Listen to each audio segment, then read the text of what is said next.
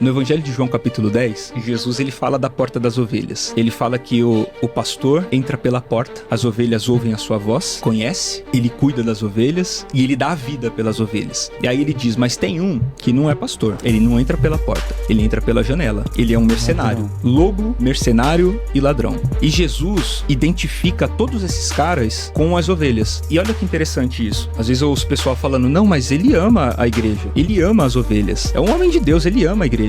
Existem várias expressões de amor, várias formas de se amar. A Bíblia vai dizer pra gente que o verdadeiro amor é aquele que entrega. Não existe amor maior do que esse, do que dar a sua vida em favor dos seus irmãos. Existem várias formas de amar, existem várias expressões de amor. Inclusive, você pode amar alguma coisa porque aquela coisa que você ama te satisfaz. Porque se você for parar pra conversar com um lobo, e perguntar pra ele o que ele mais ama, é a ovelha. Ele não vive sem a ovelha. Mas sabe por que ele não vive sem a ovelha? Não é porque ele está disposto a entregar a vida dele em favor da ovelha. É porque a ovelha satisfaz as necessidades dele.